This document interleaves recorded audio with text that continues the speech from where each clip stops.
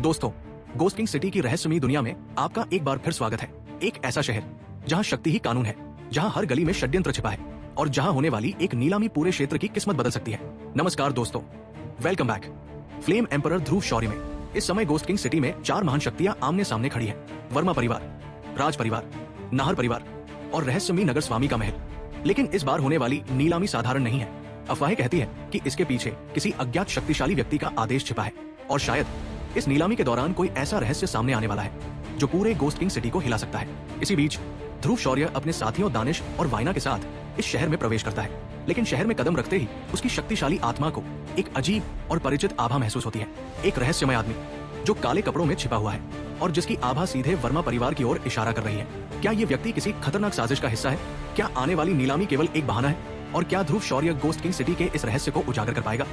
आज की कहानी में रहस्य, षड्यंत्र और शक्ति की टक्कर शुरू होने वाली है, तो तैयार हो जाइए क्योंकि शुरू होने जा रहा है ज्वाला सम्राट ध्रुव शौर्य का नया अध्याय, रहस्यमय आदमी। शुरू करते हैं स्टोरी को आगे नए एक रोमांचक मोड में। Ghost king city, ghost king ridge की विशाल सोल बीस्ट पर्वत श्रृंखला से कई दर्जन मील दूर स्थित ये शहर पूरे क्षेत्र में सबसे रहस्यमय और समृद्ध स्थानों में से एक माना जाता था। पूरा शहर एक गहरे बेसिन के अंदर बसा हुआ था। ऊपर से देखने पर यह ऐसा प्रतीत होता था मानो विशाल पर्वतों के बीच किसी ने एक बोतल का मुंह खोल दिया हो और उसके अंदर एक पूरा संसार बस गया हो। करीब 10 किलोमीटर तक फैला यह शहर केवल एक साधारण शहर नहीं था। यह शक्ति, षड्यंत्र, व्यापार और खून की राजनीति का केंद्र था। यहाँ 4 प्रमुख शक्तियां शासन करती थी: वर्मा परिवार, राज परिवार, नाहर परिवार और नगर स्वामी का महल। इन चारों शक्तियों के बीच संतुलन ही गोस्ट किंग सिटी को स्थिर रखे हुए था। इनमें से सबसे शक्तिशाली था वर्मा परिवार, जिसकी सैन्य शक्ति और प्रभाव पूरे शहर पर छाया हुआ था। उसके बाद आता था राज परिवार, जिनके पास अत्यंत मजबूत सामाजिक और राजनीतिक संबंध थे। तीसरे स्थान पर था नाहर परिवार, जो युद्ध कौशल और गुप्त संसाधनों के लिए प्रसिद्ध था। जहां तक नगर स्वामी के महल का सवाल था, वो सामान्य झगड़ों में कभी हस्तक्षेप नहीं करता था, लेकिन शहर में एक अफवाह वर्षों से फैल रही थी कि नगर स्वामी के पीछे भूतलोक के किसी अत्यंत शक्तिशाली अधिकारी का संरक्षण है। इसी कारण आज तक किसी ने भी नगर स्वामी की शक्ति को चुनौती देने की हिम्मत नहीं की। लेकिन हाल ही में गोस्ट किंग सिटी का माहौल अचानक बदल गया था। कारण था नगर स्वामी के महल में होने वाली एक विशाल नीलामी। इस नीलामी की चर्चा पूरे क्षेत्र में फैल चुकी थी। कहा जा रहा था कि इस बार नीलामी में ऐसी वस्तुएं रखी जाएंगी जो सैकड़ों वर्षों में एक बार दिखाई देती है। और कुछ गुप्त अफवाहें ये भी कह रही थी कि ये नीलामी केवल एक व्यापारिक आयोजन नहीं है, बल्कि किसी शक्तिशाली व्यक्ति के आदेश पर यहाँ कोई बड़ा कदम उठाया जाने वाला है। लेकिन वो आदेश क्या है और उसके पीछे कौन है, ये किसी को नहीं पता था। इसी कारण शहर की सुरक्षा कई गुना बढ़ा दी गई थी। गोस्ट किंग सिटी के विशाल द्वार पर लगभग 50 मीटर ऊंची तांबे और लोहे की दीवार खड़ी थी। दीवार के ऊपर और नीचे दर्जनों प्रशिक्षित सैनिक गश्त कर रहे थे। उनकी आंखें हर आने जाने वाले व्यक्ति को बारीकी से देख रही थी। किसी भी संदिग्ध व्यक्ति को शहर में प्रवेश करने की अनुमति नहीं थी। इसी समय 3 आकृतियां धीरे धीरे शहर के द्वार की ओर बढ़ रही थी। वे थे ध्रुव शौर्य, दानिश और वाइना। जैसे ही वे द्वार के पास पहुंचे, एक सैनिक ने तुरंत उन्हें रोक लिया। उस सैनिक की आभा अत्यंत शक्तिशाली थी। वो 9 सितारा शक्तिदेव स्तर का योद्धा था। स्पष्ट था कि वो यहाँ का कमांडर था। सैनिक ने दानिश और वाइना को देखते ही हल्की मुस्कान दी। हे, तो ये है युवा स्वामी दानिश और मिस वाइना। दानिश शांत स्वर में बोला, कमांडर दाओ, क्या कोई समस्या है? कमांडर दाओ ने हल्की खांसी की। हाँ, नहीं, युवा स्वामी दानिश, ये तो केवल एक नियमित जांच है। उसकी आवाज में थोड़ी झिझक थी, क्योंकि आज की सुरक्षा व्यवस्था असाधारण थी। नगर स्वामी ने स्पष्ट आदेश दिया था, यदि किसी संदिग्ध व्यक्ति को शहर में प्रवेश करने दिया गया और नीलामी में कोई चोरी या गड़बड़ी हुई, तो जिम्मेदार सैनिकों को केवल सजा ही नहीं, मृत्यु दंड तक दिया जा सकता है। दानिश ने हल्के से मुस्कुराते हुए कहा, ये मेरी बहन वाइना है। मुझे विश्वास है कि आप उसे पहचानते होंगे। कमांडर दाओ ने सिर हिलाया। मिस वाइना तो पूरे गोस्ट किंग सिटी में प्रसिद्ध है और लगता है कि वे दिन ब दिन और भी सुंदर होती जा रही है। फिर उसकी नजर धीरे धीरे ध्रुव शौर्य पर पड़ी। उसकी आंखों में संदेह झलक उठा। लेकिन ये युवक मुझे अपरिचित लग रहा है। वो ध्रुव शौर्य की ओर देखने लगा। ये गोस्ट किंग सिटी का निवासी नहीं लगता। ध्रुव शौर्य ने ये सब देखा और मन ही मन मुस्कुरा दिया। वो जानता था उसकी आभा इतनी साधारण नहीं थी कि कोई भी अनुभवी सैनिक उसे अनदेखा कर दे। लेकिन उसके बगल में खड़ी दानिश की शांत मुद्रा देखकर उसने कुछ नहीं कहा। दानिश अचानक बोली, कमांडर दाओ, क्या मैं आपसे थोड़ी देर अकेले में बात कर सकती हूँ? कमांडर दाओ तुरंत सहमत हो गया। दोनों थोड़ी दूरी पर चले गए। कुछ क्षण बाद कमांडर दाओ धीमे स्वर में बोला, युवा स्वामी दानिश, सच कहूँ तो नीलामी के कारण इस समय जांच बहुत सख्त है। दानिश हल्के से हंसी। मुझे पता है। फिर उसने अपनी आस्तीन से एक बेहद सुंदर थैली निकाली। उस थैली का वजन देखकर ही स्पष्ट हो रहा था कि उसके अंदर बहुत कीमती वस्तुएं हैं। ये मेरी ओर से एक छोटा सा धन्यवाद है। कमांडर दाओ ने तुरंत चारों ओर देखा, फिर तेजी से वो थैली छुपा ली। खांसी, तो अब इस युवक के बारे में बताइए। दानिश ने गंभीर स्वर में कहा, मैं आपसे झूठ नहीं बोलूंगी। वाइना अब शादी की उम्र में है। ये युवक एक अत्यंत प्रतिष्ठित परिवार का युवा मुखिया है। हमारा राज परिवार उससे पूरी तरह संतुष्ट है, चाहे उसकी शक्ति हो, उसकी पृष्ठभूमि हो या उसका चरित्र। और सबसे महत्वपूर्ण बात, दानिश हल्की मुस्कान के साथ बोली, वाइना और ये युवक एक दूसरे से प्रेम करते हैं। ये सुनते ही दूर खड़ा ध्रुव शौर्य लगभग गिर पड़ा। उसकी आत्मिक शक्ति इतनी प्रबल थी कि वह उनकी पूरी बातचीत सुन सकता था। उसने मन ही मन सोचा, दानिश, क्या तुम्हें इससे बेहतर बहाना नहीं मिला? मैं यहाँ शादी तय करने आया हूँ। उसका दिमाग तुरंत कई चेहरों की ओर चला गया। एरा, नागरानी हिनिशा, याना और अब यिंगिंग। ध्रुव शौर्य ने गहरी सांस ली। अगर एरा को यह पता चला तो शायद पूरा आकाश हिल जाएगा। उधर कमांडर दाओ को राहत मिली। ओह, तो ये बात है। अगर ऐसा है तो आप लोग अंदर जा सकते हैं। कृपया जल्दी अंदर प्रवेश करें। दानिश मुस्कुराई। धन्यवाद कमांडर दाओ। कुछ ही क्षणों बाद तीनों गोस्ट किंग सिटी के द्वार को पार कर चुके थे। जैसे ही वे अंदर आए, ध्रुव शौर्य की आंखों के सामने एक जीवंत दृश्य फैल गया। सड़कें लोगों से भरी हुई थी। दुकानों की पुकार, व्यापारियों की आवाज, योद्धाओं की हंसी, पूरे शहर में जीवन की हलचल गूंज रही थी। लेकिन तभी ध्रुव शौर्य अचानक रुक गया। रुको! दानिश चौंक गई। क्या हुआ? ध्रुव शौर्य की नजर भीड़ के बीच एक काले कपड़ों में लिपटी आकृति पर टिक गई। उस व्यक्ति से एक बहुत परिचित आभा निकल रही थी। ध्रुव शौर्य की आंखें सिकुड़ गई। ये आभा, ये निश्चित रूप से वर्मा परिवार की है। उसने धीमे स्वर में कहा, मुझे लगता है वर्मा परिवार कोई बड़ी साजिश रच रहा है। क्या हमें उसका पीछा करना चाहिए? दानिश तुरंत समझ गई कि मामला गंभीर है। उसने वाइना की ओर देखा। वाइना, तुम पहले राज परिवार के महल वापस जाओ। मैं और ध्रुव शौर्य जाकर देखते हैं। वाइना ने धीरे से सिर हिलाया। ठीक है। कुछ ही क्षणों में तीनों अलग अलग दिशाओं में चले गए। उधर काले वस्त्रों में लिपटा वो रहस्यमय व्यक्ति भीड़ के बीच सावधानी से आगे बढ़ रहा था। उसे लग रहा था कि कोई उसे देख नहीं रहा, लेकिन उसे ये बिल्कुल भी अंदाजा नहीं था कि उसकी हर चाल पहले ही ध्रुव शौर्य की नजरों में आ चुकी है और अब गोस्ट किंग सिटी की शांत सड़कों के पीछे एक खतरनाक रहस्य जन्म लेने वाला था। गोस्ट किंग सिटी की भीड़ भाड़ भरी सड़कों के बीच दो परछाइयां बिना आवाज के आगे बढ़ रही थी। उनकी चाल इतनी हल्की थी कि भीड़ के बीच से गुजरते हुए भी किसी को उनके अस्तित्व का आभास तक नहीं हो रहा था। ये थे ध्रुव शौर्य और दानिश। दोनों की निगाहें एक ही लक्ष्य पर टिकी हुई थी। वो रहस्यमय आदमी जो काले वस्त्रों में लिपटा हुआ गोस्ट किंग सिटी की गलियों में आगे बढ़ रहा था। स्विश स्विश, भीड़ के बीच वो आदमी बार बार रास्ता बदल रहा था। कभी वो बाजार की भीड़ में घुस जाता, कभी अचानक किसी दूसरी गली में मुड़ जाता, कभी रुककर पीछे देखता, मानो उसे हर पल ये डर हो कि कोई उसका पीछा कर रहा है। लेकिन उसे ये अंदाजा नहीं था कि उसका पीछा करने वाला व्यक्ति कोई साधारण इंसान नहीं था। ध्रुव शौर्य की आत्मिक शक्ति इतनी विशाल थी कि भीड़ में छिपे किसी भी व्यक्ति की आभा उससे छिप नहीं सकती थी। दानिश धीरे से बोली, सावधान रहना, मुझे इस आदमी से बहुत अजीब आभा महसूस हो रही है। ध्रुव शौर्य ने हल्की मुस्कान दी। हाँ, ये वर्मा परिवार की आभा है। गोस्ट किंग सिटी में राज परिवार और वर्मा परिवार के बीच संबंध बेहद खराब थे। अगर नगर स्वामी का दबाव न होता तो शायद दोनों परिवार बहुत पहले ही एक दूसरे पर हमला कर चुके होते। इसलिए जब दानिश और ध्रुव शौर्य को इस आदमी से वर्मा परिवार की आभा महसूस हुई तो उनका संदेह और भी गहरा हो गया। कुछ देर बाद वो रहस्यमय आदमी अचानक एक संकरी गली में मुड़ गया। ध्रुव शौर्य तुरंत उसके पीछे मुड़ा, लेकिन जैसे ही वो गली में पहुंचा उसके कदम अचानक रुक गए। दानिश भी उसके पास आकर रुक गई। क्या हुआ? ध्रुव शौर्य ने धीरे से कहा। पकड़ लिए गए हैं। अगले ही क्षण गली की दीवार पर एक काली परछाई दिखाई दी। वही रहस्यमय आदमी दीवार पर बैठा हुआ था। उसकी ठंडी और भयावह आंखें सीधे ध्रुव शौर्य और दानिश को घूर रही थी। उसकी आवाज धीमी लेकिन घमंडी थी। लड़के, तुम दोनों मेरा पीछा क्यों कर रहे हो? ध्रुव शौर्य ने बिना घबराए मुस्कुराकर जवाब दिया। तुम्हारा पीछा? खुद को इतना महत्वपूर्ण मत समझो, हम तो बस इसी रास्ते से गुजर रहे थे। रहस्यमय आदमी की आंखें सिकुड़ गई। बकवास, मैंने पहले भी सोचा था कि शायद तुम दोनों सिर्फ इसी रास्ते पर जा रहे हो, लेकिन गोस्ट किंग सिटी में प्रवेश करने के बाद से ही तुम मेरा पीछा कर रहे हो।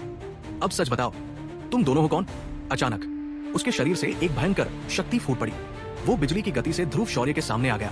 उसकी आभा इतनी प्रचंड थी कि गली की हवा तक भारी हो गई। दानिश की आंखें फैल गई। ये तो एक ईश्वरदेव विशेषज्ञ है। ध्रुव शौर्य की आंखों में भी हल्का आश्चर्य चमका। उसने तुरंत समझ लिया, ये व्यक्ति सामान्य नहीं है। उसकी शक्ति एक सितारा ईश्वरदेव के अंतिम चरण तक पहुंच चुकी थी। उसी क्षण रहस्यमय आदमी की हथेली में एक अजीब वस्तु प्रकट हुई, एक छोटा सा स्क्रॉल, लेकिन उससे निकल रही आभा बेहद रहस्यमयी थी। दानिश की आवाज गंभीर हो गई। ये एक बाधा स्क्रॉल है। ध्रुव शौर्य ने भौहें उठाई। दानिश बोली, ये खजाना किसी स्थान को अस्थायी रूप से दुनिया से अलग कर देता है। एक बार ये सक्रिय हो जाए तो अंदर जो भी हो बाहर किसी को पता नहीं चलता। उसने गहरी सांस ली। यानी ये आदमी हमें यही मारना चाहता है। रहस्यमय आदमी ने ठंडी हंसी हंसी। तुम दोनों बदमाश, मरने के लिए तैयार हो जाओ। उसने स्क्रॉल खोल दिया। धड़ाम, काले प्रकाश के कई छल्ले चारों ओर फैल गए। कुछ ही क्षणों में पूरा क्षेत्र एक रहस्यमय अवरोध से घिर गया। अब यह स्थान बाहरी दुनिया से पूरी तरह कट चुका था। लेकिन इस दृश्य को देखकर ध्रुव शौर्य के चेहरे पर मुस्कान आ गई। ठीक है, मैं भी यही चाहता था। दानिश चौंक गई। क्या? ध्रुव शौर्य ने हल्की मुस्कान के साथ कहा। मैं अभी अभी ईश्वरदेव स्तर पर पहुंचा हूं, तो क्यों ना अपनी ताकत आजमा लूं? दानिश स्तब्ध रह गई। लेकिन यह आदमी एक सितारा ईश्वरदेव के अंतिम चरण का योद्धा है। ध्रुव शौर्य ने शांत स्वर में कहा। चिंता मत करो, बस देखती रहो। रहस्यमय आदमी ने तिरस्कार से हंसते हुए कहा। 2 बच्चे जो अभी अभी ईश्वरदेव स्तर पर पहुंचे हैं और मेरे सामने लड़ना चाहते हैं। उसने हाथ उठाया। अगले ही क्षण उसकी हथेली से भयंकर लाल रंग की ऊर्जा निकलने लगी। वो ऊर्जा इतनी गर्म थी कि गली का तापमान अचानक कई गुना बढ़ गया। बूम! एक विशाल लाल ऊर्जा तरंग ध्रुव शौर्य की ओर बढ़ी। सिर्फ 100 मीटर चौड़े इस क्षेत्र में वो हमला किसी ज्वालामुखी के विस्फोट जैसा लग रहा था। लेकिन ये दृश्य देखकर ध्रुव शौर्य हंस पड़ा। ओह, तो तुम्हारी शक्ति भी अग्नि तत्व की है?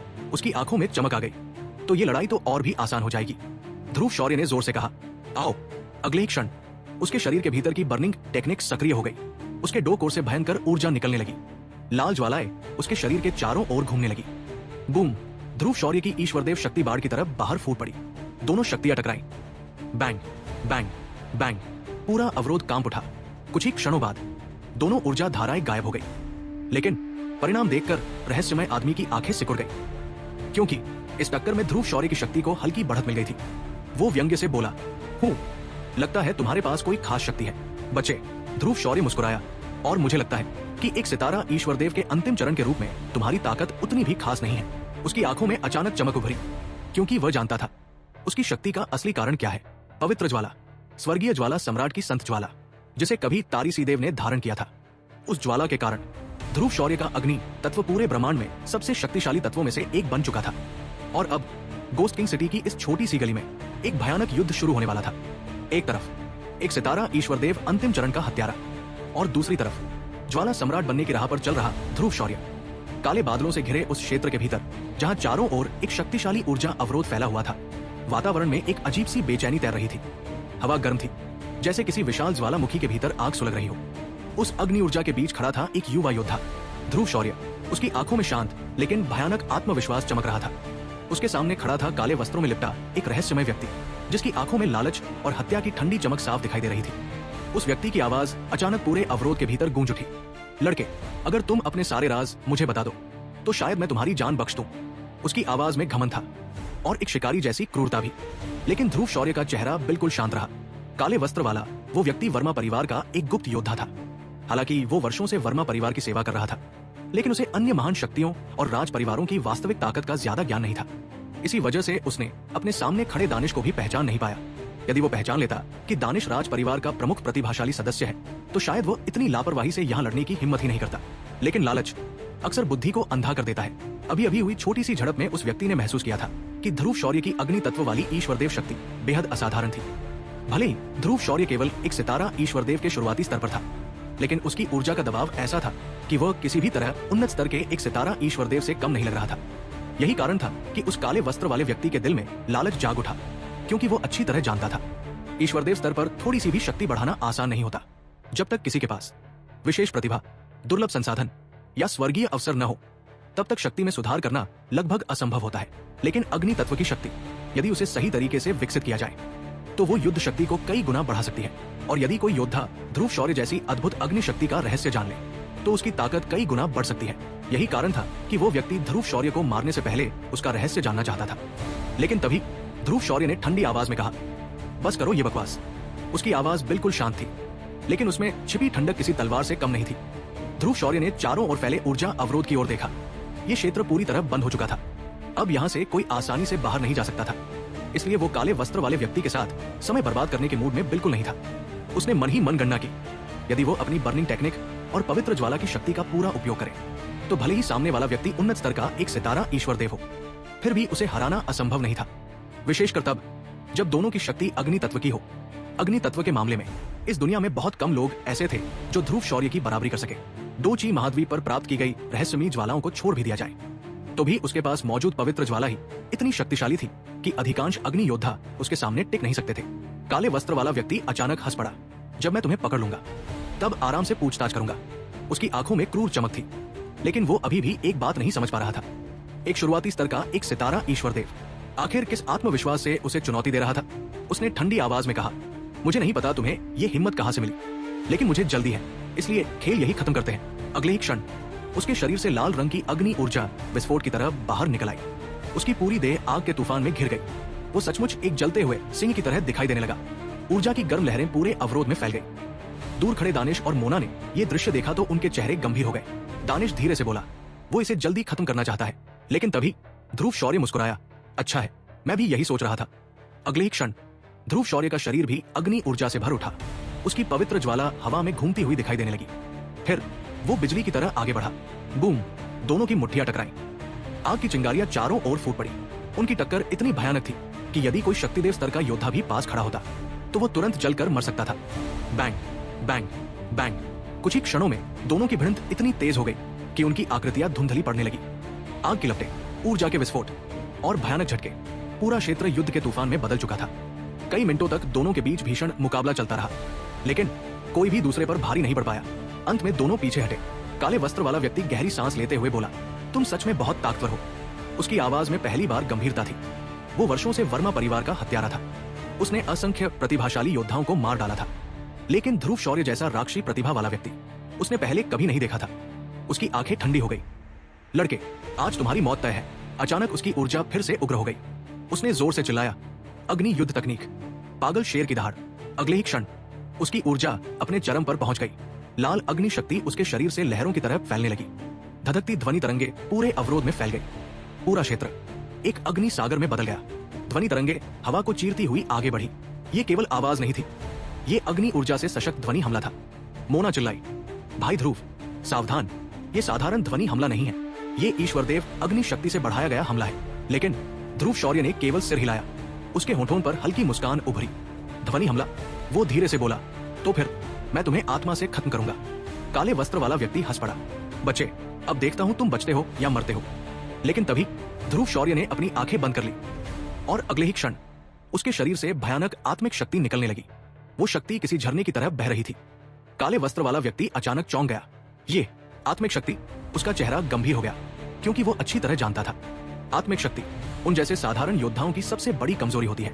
केवल कीमियागर और असाधारण प्रतिभाशाली लोग ही आत्मिक शक्ति को विकसित कर सकते हैं, और ध्रुव शौर्य की आत्मिक शक्ति अविश्वसनीय रूप से विशाल थी। मोना भी दंग रह गई। क्या वो कीमियागर है? लेकिन काले वस्त्र वाला व्यक्ति अचानक डर गया।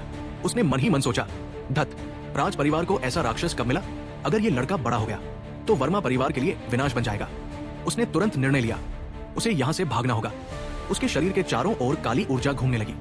लेकिन तभी ध्रुव शौर्य की आंखें अचानक खुल गई और अगले ही क्षण एक भयानक आत्मिक चीख पूरे अवरोध में गूंज उठी।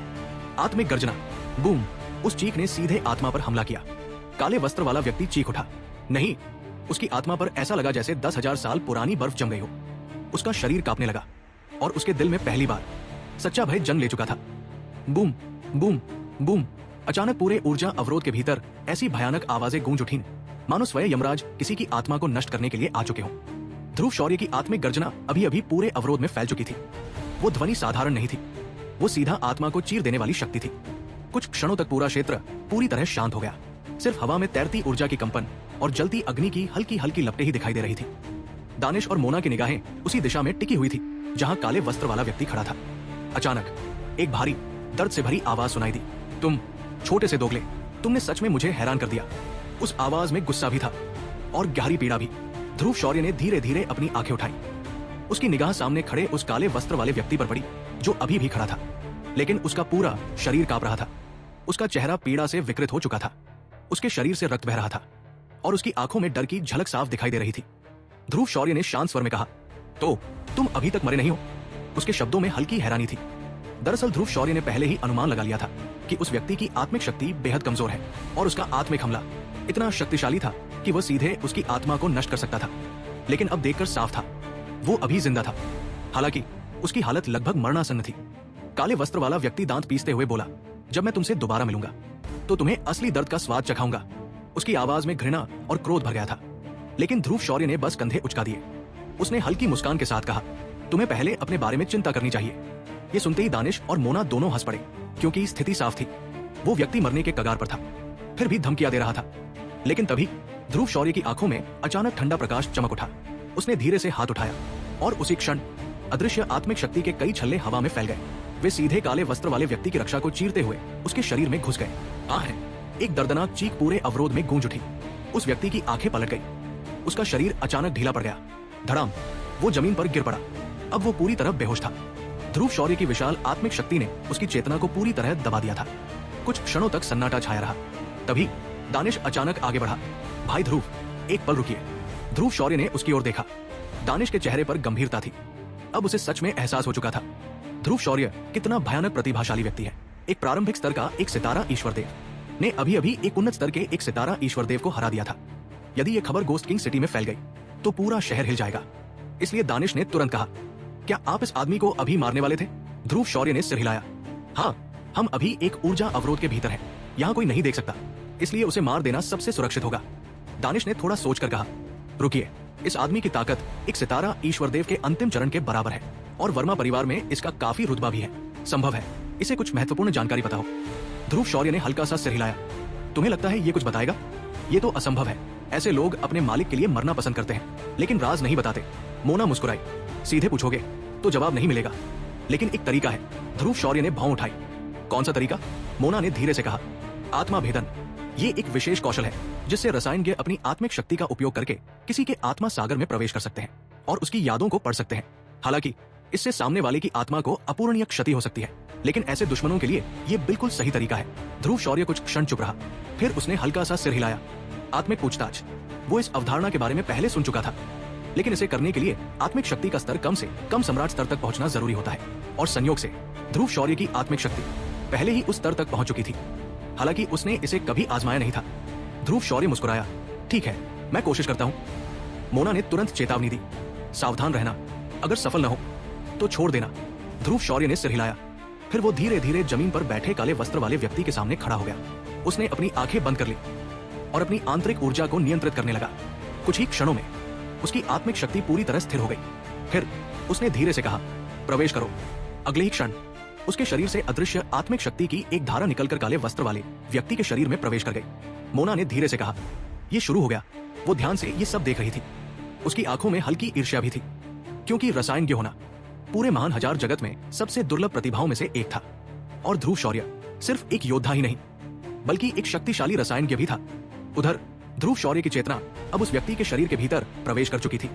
वो तेजी से आगे बढ़ी और कुछ ही क्षणों में वो उस व्यक्ति के आत्मा सागर तक पहुंच गया। लेकिन वहां पहुंचते ही ध्रुव शौर्य चौंक गया। उसके सामने एक विशाल खाली स्थान था और उसके केंद्र में लगभग 10 मीटर बड़ा सफेद प्रकाश का गोला तैर रहा था। वो गोला दरअसल उस व्यक्ति की आत्मा थी। ध्रुव शौर्य ने धीरे से सिर हिलाया। इतनी कमजोर आत्मा। अब उसे समझ आ गया था कि उसका हमला इतना प्रभावी क्यों रहा। यदि इस व्यक्ति की आत्मिक शक्ति थोड़ी भी मजबूत होती तो शायद ये आत्मिक युद्ध बहुत कठिन होता, लेकिन अब सब कुछ आसान था। ध्रुव शौर्य ने अपनी आत्मिक शक्ति को नियंत्रित किया और सीधे उस सफेद प्रकाश गोले की ओर बढ़ गया। बूम! जैसे ही उसकी आत्मिक शक्ति ने उस गोले को छुआ, वो गोला जोर से कांप उठा। उसने जोरदार प्रतिरोध करने की कोशिश की, लेकिन ध्रुव शौर्य की विशाल आत्मिक शक्ति के सामने वो तुरंत शांत हो गया। समय धीरे धीरे बीतता गया। 10 मिनट, पूरे 10 मिनट तक ध्रुव शौर्य उस व्यक्ति की यादों को पढ़ता रहा और अंततः उसे वो जानकारी मिल गई जिसकी उसे तलाश थी। धीरे धीरे उसने अपनी आंखें खोल दी। दानिश तुरंत आगे बढ़ा। क्या पता चला? ध्रुव शौर्य ने गंभीर स्वर में कहा। इस बार वर्मा परिवार अकेला नहीं है। उन्होंने गुप्त रूप से कई अन्य शक्तियों के साथ मिलकर इस नीलामी को निशाना बनाया है और तुम्हारे राज परिवार को नुकसान पहुंचाने की योजना बना रहे हैं। दानिश का चेहरा गंभीर हो गया। जैसा मैंने सोचा था। क्या तुम्हें पता चला कि वो कौन सी शक्ति है? ध्रुव शौर्य ने सिर हिलाया। नहीं, इस आदमी को भी पूरी जानकारी नहीं है, लेकिन एक बात तय है, वो शक्ति गोस्ट किंग सिटी की नहीं है। दानिश गहरी सोच में डूब गया। फिर उसने धीरे से कहा, ऐसा लगता है ये नीलामी ड्रैगन और बाघों का युद्ध क्षेत्र बनने वाली है। ध्रुव शौर्य ने जमीन पर पड़े उस व्यक्ति की ओर देखा। अब इसका क्या करें? दानिश ने ठंडे स्वर में कहा। मार दो। ध्रुव शौर्य ने बिना एक पल गवाए हाथ उठाया। उसकी उंगलियों के बीच नीले और पीले रंग की लपटें प्रकट हुई। वो थी पवित्र ज्वाला। लपटें धीरे धीरे उस व्यक्ति के शरीर को घेरने लगी। कुछ ही क्षणों में वो व्यक्ति पूरी तरह आग में लिपट गया। फिर एक पल में उसका शरीर राख बन गया और उसकी आत्मा पूरी तरह पवित्र ज्वाला में जलकर समाप्त हो गई। उसका अस्तित्व हमेशा के लिए मिट चुका था। लेकिन उसी समय कुछ दूरी पर वर्मा परिवार की हवेली में एक पैतृक हॉल के भीतर सैकड़ों लकड़ी की पट्टियां खड़ी थी। हर पट्टी परिवार के किसी सदस्य का प्रतीक थी। अचानक उनमें से एक पट्टी धीरे धीरे टूट गई। धप! हॉल में एक भारी आवाज गूंज उठी। अंधेरे में बैठा एक वृद्ध व्यक्ति धीरे धीरे आंखें खोलता है। उसकी आंखों में खतरनाक चमक थी। वो धीमी आवाज में बोला, ब्लैक फेदर मर गया। उसकी आवाज में गुस्सा उबल रहा था और उसकी शक्ति स्पष्ट रूप से 2 सितारा ईश्वरदेव के स्तर तक पहुंच चुकी थी। अब तूफान आने वाला था। जब ध्रुव शौर्य की पवित्र ज्वाला ने काले वस्त्रधारी व्यक्ति के अस्तित्व को पूरी तरह भस्म कर दिया, तब उस स्थान पर बना हुआ सुरक्षा कवच धीरे धीरे समाप्त होने लगा। कुछ ही क्षण पहले तक वहां एक भयंकर युद्ध चल रहा था। आकाश में अग्नि की लपटें उठ रही थी, धरती पर ऊर्जा के झटके गूंज रहे थे और हवा में मृत्यु की गंध तैर रही थी। लेकिन अब सब कुछ शांत हो चुका था। चारों ओर सिर्फ हल्की हवा बह रही थी। ध्रुव शौर्य ने धीरे धीरे अपनी आंखें उठाई और उस स्थान को देखा जहां कुछ समय पहले वो काला वस्त्रधारी योद्धा खड़ा था। अब वहां सिर्फ राख के छोटे छोटे कण हवा में उड़ रहे थे। वो व्यक्ति जो कुछ ही समय पहले एक शक्तिशाली ईश्वरदेव स्तर का विशेषज्ञ था, अब इस संसार से पूरी तरह मिट चुका था। ध्रुव शौर्य ने गहरी सांस ली, फिर शांत स्वर में कहा, चलो यहां से निकलते हैं। दानिश ने तुरंत सिर हिलाया। दोनों बिना कोई देर किए आगे बढ़े और पास खड़ी भीड़ की दिशा में चल पड़े। कुछ ही क्षणों में वे भीड़ के बीच इस तरह घुल गए जैसे यहाँ कभी कोई लड़ाई हुई ही न हो। धीरे धीरे वे गोस्ट किंग सिटी की भीड़ भरी गलियों से होकर आगे बढ़ने लगे। गोस्ट किंग सिटी वास्तव में एक बेहद जीवंत स्थान था। सड़कें लोगों से भरी हुई थी। हर तरफ व्यापारी, योद्धा, रसायनज्ञ और विभिन्न शक्तियों के लोग दिखाई दे रहे थे। कुछ समय बाद उनके सामने एक विशाल महल दिखाई दिया। महल का आकार इतना भव्य था कि उसे देखकर कोई भी व्यक्ति चकित हो जाता। उसके ऊंचे द्वार, विशाल स्तंभ और चमकदार पत्थरों से बने दीवारें उस परिवार की शक्ति और प्रतिष्ठा को स्पष्ट रूप से दर्शा रही थी। ध्रुव शौर्य ने ऊपर देखा। महल के प्रवेश द्वार के ऊपर एक विशाल पट्टिका लगी हुई थी। उस पर सुनहरे अक्षरों में लिखा था, राज हवेली। ध्रुव शौर्य के चेहरे पर हल्की मुस्कान आ गई। वाह, कितना शानदार महल है। दानिश हल्के से हंसा। भाई ध्रुव, अब आप हमारे राज परिवार के विशिष्ट अतिथि हैं। इस यात्रा में आपने हमारी बहुत मदद की है। यदि आप न होते तो शायद हम भूतिया चंद्रमा कुआं में छिपा खजाना कभी प्राप्त नहीं कर पाते। ध्रुव शौर्य ने विनम्रता से कहा, आप बहुत दयालु हैं। मैंने तो बस वही किया जो आवश्यक था। औपचारिक बातें समाप्त होने के बाद दोनों राज हवेली के भीतर प्रवेश कर गए। जैसे ही ध्रुव शौर्य अंदर पहुंचा, उसने तुरंत महसूस किया, ये परिवार वास्तव में बेहद शक्तिशाली है। महल के भीतर कई विशाल प्रांगण और गलियां थी। हर जगह प्रशिक्षित सैनिक गश्त लगा रहे थे। ये साधारण सैनिक नहीं थे। उनकी शक्ति लगभग शक्तिदेव स्तर के शिखर तक पहुंच चुकी थी। ध्रुव शौर्य ने मन ही मन सोचा, वास्तव में राज परिवार कोई साधारण शक्ति नहीं है। तभी सामने से एक लड़की तेजी से उनकी ओर दौड़ती हुई आई। वो थी वाइना। वाइना ने उत्साहित स्वर में कहा, भैया, पिताजी काफी देर से बैठक कक्ष में आपका इंतजार कर रहे हैं। दानिश ने हंसी दबाते हुए कहा, तुम कितनी नासम हो। क्या तुमने पहले ही पिताजी को सब कुछ बता दिया? वाइना ने शरारती मुस्कान के साथ सिर झुका लिया। ध्रुव शौर्य हल्का सा मुस्कुराया। कोई बात नहीं, चलते हैं। कुछ ही देर बाद वे राज हवेली के मुख्य बैठक कक्ष में पहुंच गए। कमरे के भीतर 3 शक्तिशाली व्यक्ति बैठे हुए थे। उनकी उपस्थिति इतनी प्रभावशाली थी कि कोई भी सामान्य व्यक्ति उनके सामने खड़ा होने से पहले ही दबाव महसूस कर सकता था। वे त्रिकोणीय व्यवस्था में बैठे थे। सबसे ऊपर बैठा था राज परिवार का मुखिया दिकेश। उसका चेहरा शांत था, लेकिन उसकी आंखों में गहराई थी। वो साधारण कपड़े पहने हुए था, फिर भी उसकी उपस्थिति बेहद प्रभावशाली थी। उसकी शक्ति 2 सितारा ईश्वरदेव के चरम स्तर तक पहुंच चुकी थी। उसके नीचे 2 अन्य व्यक्ति बैठे थे। पहला, सफेद बालों वाला वृद्ध धूमेराज राज, राज परिवार का दूसरा प्रमुख। उसकी शक्ति भी 2 सितारा ईश्वरदेव के अंतिम चरण में थी। दूसरा, काले बालों वाला अधेड़ व्यक्ति रावी, राज परिवार का तीसरा प्रमुख। उसकी शक्ति भी उतनी ही भयानक थी। ये तीनों मिलकर पूरे राज परिवार की असली शक्ति थे। कुछ क्षणों तक कमरे में गहरी चुप्पी छाई रही। फिर धूमेराज राज ने धीरे धीरे पूछा, कुलपति, क्या वाइना द्वारा लाई गई खबर सच है? दिकेश हल्का सा मुस्कुराया। वाइना शांत और समझदार लड़की है। यदि उसने किसी की इतनी प्रशंसा की है तो वो व्यक्ति निश्चित ही असाधारण होगा। रावी भी मुस्कुरा उठा। सही कहा। लेकिन तभी दिकेश की आंखें धीरे धीरे सिकुड़ गई। वो गंभीर स्वर में बोला, फिर भी मुझे जिज्ञासा है, एक अज्ञात युवक कैसे वाशिम और उसकी 10 कठपुतलियों का सामना कर सकता है और फिर ईश्वरदेव स्तर पर पहुंचते ही उसे हरा भी देता है? कमरे में अचानक सन्नाटा छा गया। तभी दरवाजा धीरे धीरे खुला। दानिश और ध्रुव शौर्य अंदर आए। दानिश ने सम्मानपूर्वक झुककर कहा, पिताजी और दोनों चाचाओं को प्रणाम। ध्रुव शौर्य ने भी हाथ जोड़कर कहा, जूनियर ध्रुव शौर्य तीनों वरिष्ठों को प्रणाम करता है। तीनों की नजरें तुरंत उस पर टिक गई। धूमेराज राज ने उसे ध्यान से देखा। उसकी आंखें मानो ध्रुव शौर्य की आत्मा को पढ़ना चाहती थी। लेकिन कुछ ही क्षणों बाद उसके चेहरे पर हल्का सा आश्चर्य उभर आया, क्योंकि वो ध्रुव शौर्य की असली गहराई को समझ ही नहीं पा रहा था। उसकी आत्मिक शक्ति, पवित्र ज्वाला और दहन तकनीक सब मिलकर उसे बेहद रहस्यमय बना रहे थे। तभी दानिश ने आगे बढ़कर कहा, पिताजी, भूतिया चंद्रमा कुआं की इस यात्रा में भाई ध्रुव शौर्य ने कई बार हमारी मदद की। यदि वो न होते तो हम वहां का खजाना कभी प्राप्त नहीं कर पाते। ये कहते हुए उसने अपनी हथेली खोली। उसकी हथेली पर एक चमकती गोली दिखाई दी। कमरे का वातावरण तुरंत बदल गया। दिकेश की आंखें फैल गई। क्या ये सच में पागल दानव गोली है? तीनों बुजुर्ग तुरंत आगे झुक गए। वे इस गोली का महत्व बहुत अच्छी तरह जानते थे। ये एक दुर्लभ औषधि थी जो थोड़े समय के लिए किसी व्यक्ति की शक्ति को कई गुना बढ़ा सकती थी और इसके दुष्प्रभाव भी बेहद कम थे। ये सच में एक चमत्कारी गोली थी। राज परिवार वर्षों से वर्मा परिवार से पीछे रहा था, क्योंकि वर्मा परिवार के पास एक 3 सितारा ईश्वरदेव था। गोस्ट किंग सिटी में 2 सितारा ईश्वरदेव भी दुर्लभ थे, लेकिन 3 सितारा ईश्वरदेव वो तो शहर का सबसे बड़ा हथियार माना जाता था। इसलिए जब तक वर्मा परिवार का वह 3 सितारा ईश्वरदेव जीवित था, तब तक उनकी प्रभुत्वशाली स्थिति को कोई चुनौती नहीं दे सकता था। लेकिन अब दिकेश के हाथ में पागल दानव गोली थी। उसने धीरे से मुस्कुराया। अच्छा, बहुत अच्छा। उसकी आंखों में चमक आ गई। अब उसे वर्मा परिवार से उतना डर नहीं था। तभी दानिश उसके पास झुका और धीरे से कुछ फुसफुसाया। अचानक दिकेश का चेहरा बदल गया। उसने तुरंत आदेश दिया, ध्रुव शौर्य के लिए रहने की व्यवस्था की जाए और ध्यान रहे उन्हें वीआईपी अतिथि के स्तर का सम्मान दिया जाए। ध्रुव शौर्य ने सम्मान पूर्वक झुककर कहा, ये जूनियर अब विदा लेता है। वो और दानिश कमरे से बाहर चले गए। दरवाजा बंद होते ही धूमेराज राज ने तुरंत पूछा, उसने क्या कहा? दिकेश हल्का सा हंसा। ये लड़का शायद सच में एक राक्षसी प्रतिभा है। रावी ने आश्चर्य से पूछा, आखिर हुआ क्या? दिकेश ने धीरे धीरे कहा, जब वो शक्तिदेव के शिखर पर था, तब उसने वाशिम और उसकी 10 कठपुतलियों को रोक लिया और अभी उसने एक उन्नत स्तर के एक सितारा ईश्वरदेव को मार डाला। कमरे में अचानक सन्नाटा छा गया।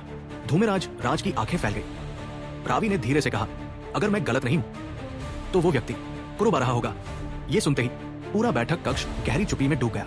जैसे ही दिकेश ने शांत लेकिन गहरे स्वर में ध्रुव शौर्य की वास्तविक ताकत के बारे में बताया, राज परिवार के विशाल सभा कक्ष में अचानक भारी सन्नाटा छा गया। कुछ ही क्षण पहले तक जो चर्चा सामान्य ढंग से चल रही थी, वो अचानक रुक गई। कमरे में उपस्थित 2 वरिष्ठ नेता धूमेराज राज और रावी लगभग एक साथ अपनी सीटों से खड़े हो गए। उनकी आंखों में स्पष्ट रूप से आश्चर्य झलक रहा था।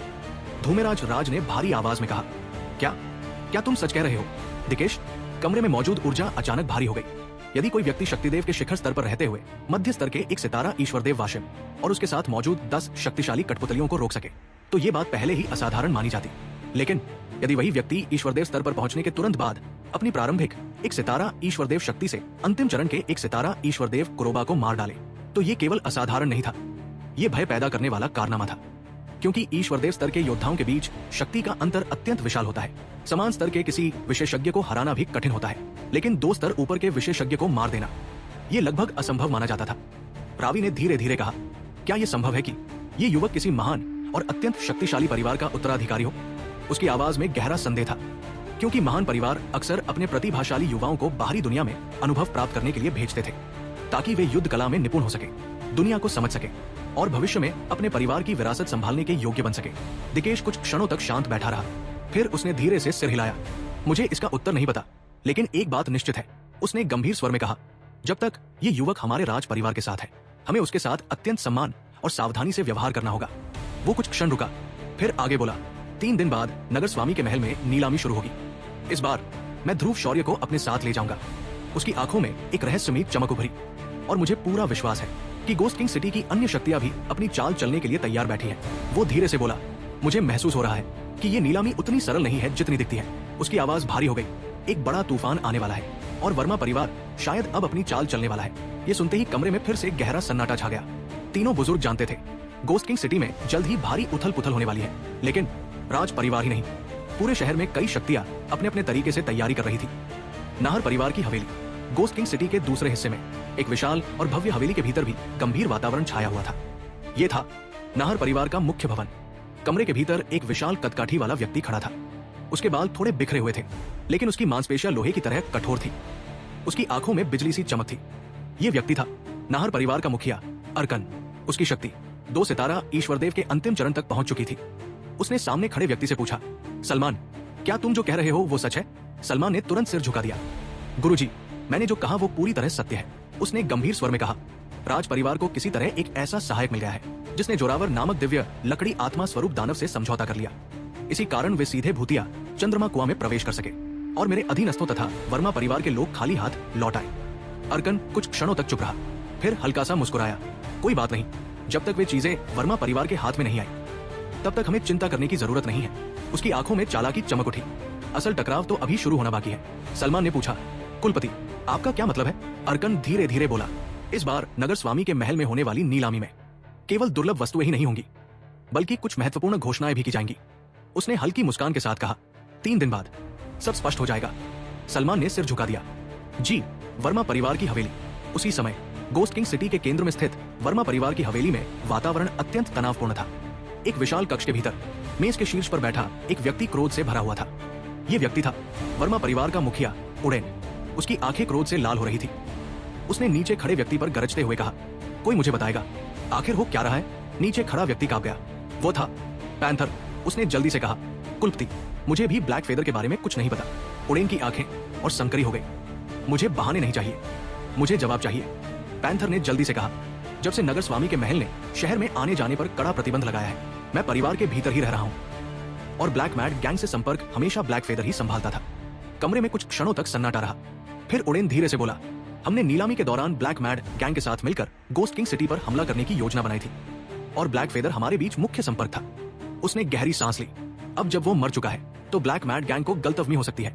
पैंथर ने धीरे से कहा, यदि ब्लैक मैड गैंग हमारी मदद नहीं करेगा तो केवल हमारी शक्ति से पूरे गोस्ट किंग सिटी को जीतना मुश्किल होगा। उड़ेन कुछ क्षण सोचता रहा, फिर बोला, पैंथर, आज रात तुम गुप्त मार्ग से शहर छोड़ोगे और ब्लैक मैड गैंग के दोनों नेताओं को यहाँ लेकर आओगे। उसकी आंखों में खतरनाक चमक थी।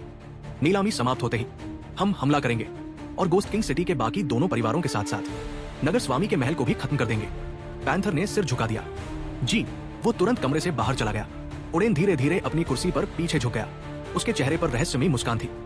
ये छिपी हुई बीमारी वाकई एक अभिशाप है, उसने धीरे से कहा, लेकिन इसी ने मुझे युद्ध आत्मा दी है।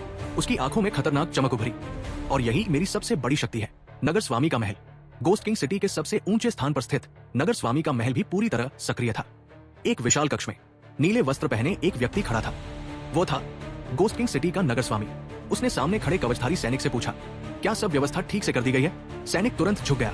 महाराज, सब कुछ योजना के अनुसार चल रहा है। वर्मा परिवार हमारी योजना में फंस चुका है। वे ब्लैक मैड गैंग के साथ मिलकर हमला करने की तैयारी कर रहे हैं। नगर स्वामी हल्का सा मुस्कुराया। अच्छा, बहुत अच्छा। उसकी आंखों में ठंडी चमक उभरी। वर्मा परिवार बहुत महत्वाकांक्षी हो गया है। नीलामी के बाद हम उन्हें पूरी तरह समाप्त कर देंगे। वो कुछ क्षण रुका, फिर धीरे से बोला, और हमारे पास उस महान व्यक्ति के अवतार के आगमन का ग्रंथ भी है। इसलिए चाहे उड़ेन 3 सितारा ईश्वरदेव क्यों न हो, वो हमारे लिए कोई खतरा नहीं है। सैनिक ने तुरंत सिर झुका दिया। महाराज बुद्धिमान है। नगर स्वामी ने हाथ हिलाया। जाओ, अगले कुछ दिनों तक सतर्क रहो।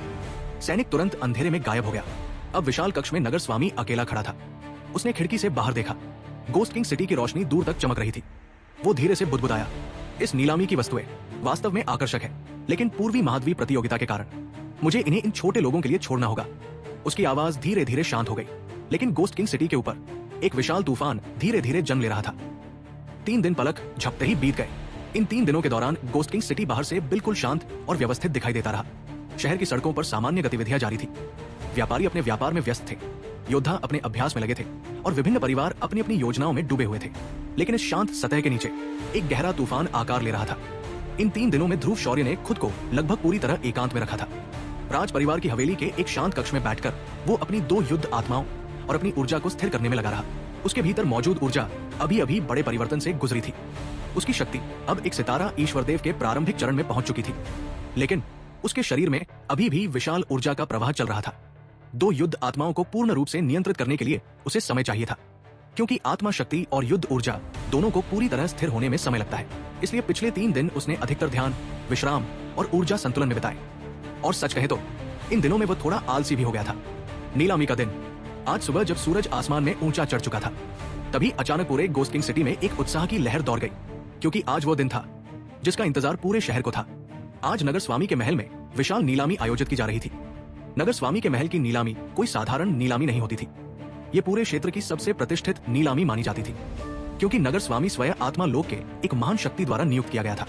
इसलिए चाहे शक्ति की बात हो या प्रतिष्ठा की, नगर स्वामी का महल हमेशा सर्वोच्च स्तर का माना जाता था। और हर बार की तरह इस बार भी नीलामी में आने वाली वस्तुएं अत्यंत दुर्लभ और अमूल्य थी। सुबह का आगमन। सुबह सुबह ही एक व्यक्ति ध्रुव शौर्य के कक्ष के बाहर पहुंचा। दरवाजे पर हल्की दस्तक हुई। भाई ध्रुव, क्या आप जाग गए हैं? ये आवाज थी दानिश की। दरवाजा धीरे धीरे खुला। ध्रुव शौर्य मुस्कुराते हुए बाहर आया। सुप्रभात भाई दानिश। दानिश भी मुस्कुरा उठा। आज नीलामी शुरू हो रही है, क्या हम साथ चले? ध्रुव शौर्य ने हल्के से सिर हिलाया। मैं भी यही सोच रहा था। फिर उसने थोड़ी झिझक के साथ कहा, लेकिन दानिश तुरंत समझ गया कि वो कुछ कहना चाहता है। वो मुस्कुराया। यदि आपको कुछ कहना है तो बेझिझक कहिए। ध्रुव शौर्य हल्का सा हंसा। असल में मैं अपने साथ ज्यादा सोने के सिक्के नहीं लाया, इसलिए नीलामी में बोली लगाने के लिए मुझे कुछ गोलियां बेचनी होंगी। मुझे उम्मीद है कि आप इसमें मेरी मदद कर सकते हैं। दानिश थोड़ा चौंक गया, लेकिन अगले ही क्षण वो समझ गया। उसने मन ही मन सोचा, ये युवक वास्तव में समझदार है, क्योंकि यदि ध्रुव शौर्य चाहता तो वो सीधे नीलामी में अपनी गोलियां बेच सकता था। लेकिन उसने ऐसा नहीं किया। उसने राज परिवार को यह अवसर दिया ताकि परिवार की प्रतिष्ठा और बढ़ सके। ये वास्तव में एक सूक्ष्म लेकिन बुद्धिमान कदम था। दानिश मुस्कुराया, ये कोई बड़ी बात नहीं है। तभी ध्रुव शौर्य ने अपना हाथ हिलाया। उसकी हथेली में 3 सुंदर जेड की बोतलें प्रकट हुई। जैसे ही वे सामने आई, कमरे में एक हल्की औषधीय सुगंध फैल गई। दानिश की आंखें चमक उठी। ये सम्राट स्तर की गोलियां हैं, ध्रुव शौर्य ने शांत स्वर में कहा। 3 सम्राट स्तरीय द्वितीय श्रेणी स्वर्ग स्तर गोलियां। दानिश ने उन्हें सावधानी से उठा लिया। वो समझ गया, ये गोलियां नीलामी में बहुत बड़ी कीमत पर बिक सकती हैं। चलिए अब नीलामी के लिए निकलते हैं। बैठक कक्ष। कुछ ही देर बाद वे राज परिवार के मुख्य बैठक कक्ष में पहुंचे। अंदर पहले से 3 लोग मौजूद थे, दिकेश, धूमेराज राज और रावी। लेकिन उनकी नजर तुरंत एक और व्यक्ति पर गई, एक सुंदर युवती। वो थी वाइना। आज वो बेहद सुंदर कपड़ों में सजी हुई थी। उसकी चाल में शालीनता थी और उसके चेहरे पर हल्की लज्जा की चमक थी। दानिश ने मुस्कुराकर कहा, अरे आज तो कोई बहुत सज धज कराया है। वाइना ने तुरंत जवाब दिया, ऐसा नहीं है कि मैं ये तुम्हें दिखाने के लिए पहन रही हूँ। दानिश हंस पड़ा, तो फिर किसके लिए? वाइना का चेहरा हल्का लाल हो गया। तभी उसने तुरंत विषय बदल दिया, पिताजी अब जब सब आ गए हैं तो हमें निकलना चाहिए। दिकेश ने सिर हिलाया, चलो यात्रा। राज परिवार के मुख्य द्वार के बाहर 2 शानदार गाड़ियां तैयार खड़ी थी। हर गाड़ी में 2 लोग बैठ सकते थे। दानिश ने मुस्कुराकर कहा, हम इस गाड़ी में बैठेंगे। और वो रावी के साथ बैठ गया। अब दूसरी गाड़ी बची थी। ध्रुव शौर्य ने वाइना की ओर हाथ बढ़ाया, मिस वाइना आइए। वाइना ने हल्का सा सिर झुका दिया, धन्यवाद। दोनों गाड़ी में बैठ गए। गाड़ी धीरे धीरे नीलामी स्थल की ओर चल पड़ी। वाइना का मन गाड़ी के भीतर। कुछ देर तक दोनों चुप बैठे रहे। वाइना खिड़की के बाहर देख रही थी, लेकिन उसका मन कहीं और था। वो धीरे धीरे सोच रही थी, ध्रुव शौर्य तुम सच में एक अद्भुत व्यक्ति हो, लेकिन तुम इस छोटे से गोस्ट किंग सिटी में कब तक रहोगे? उसके मन में हल्की उदासी आ गई। नीलामी स्थल। कुछ समय बाद गाड़ी नीलामी स्थल के पिछवाड़े पहुंच गई। कोचवान ने कहा, हम पहुंच गए हैं। ध्रुव शौर्य सबसे पहले उतरा। फिर उसने शालीनता से वाइना की ओर हाथ बढ़ाया।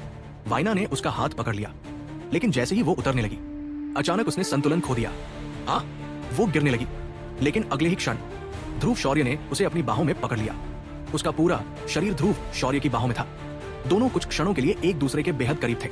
वाइना के दिल की धड़कन तेज हो गई। वो धीरे से मुस्कुराई, मानो ये सब जानबूझकर हुआ हो। दर्शकों की प्रतिक्रिया। ये दृश्य छिपा नहीं रह सका। पास खड़े कुछ लोगों ने ये सब देख लिया। एक व्यक्ति फुसफुसाया, मुझे कहीं भ्रम तो नहीं हो रहा? दूसरा बोला, क्या हमारे गोस्ट किंग सिटी की घमंडी और शालीन मिस वाइना को किसी युवक ने अपनी बाहों में उठा लिया? तीसरा हंस पड़ा, और वो युवक सच में बहुत सुंदर है।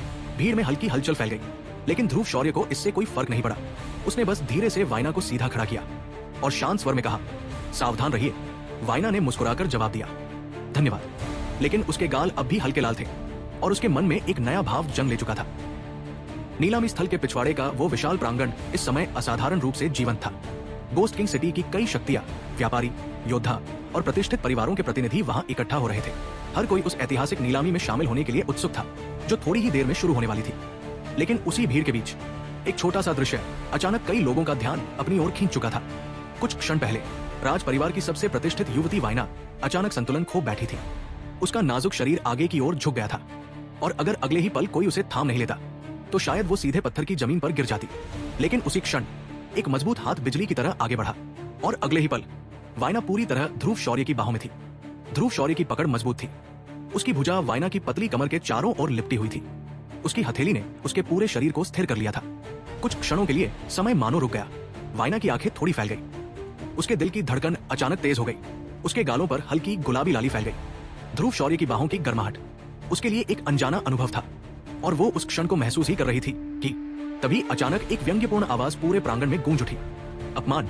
अरे अरे, क्या नजारा है। हमारे गोस्ट किंग सिटी की घमंडी और शालीन मिस वाइना को आखिरकार किसी युवक ने अपनी बाहों में उठा लिया।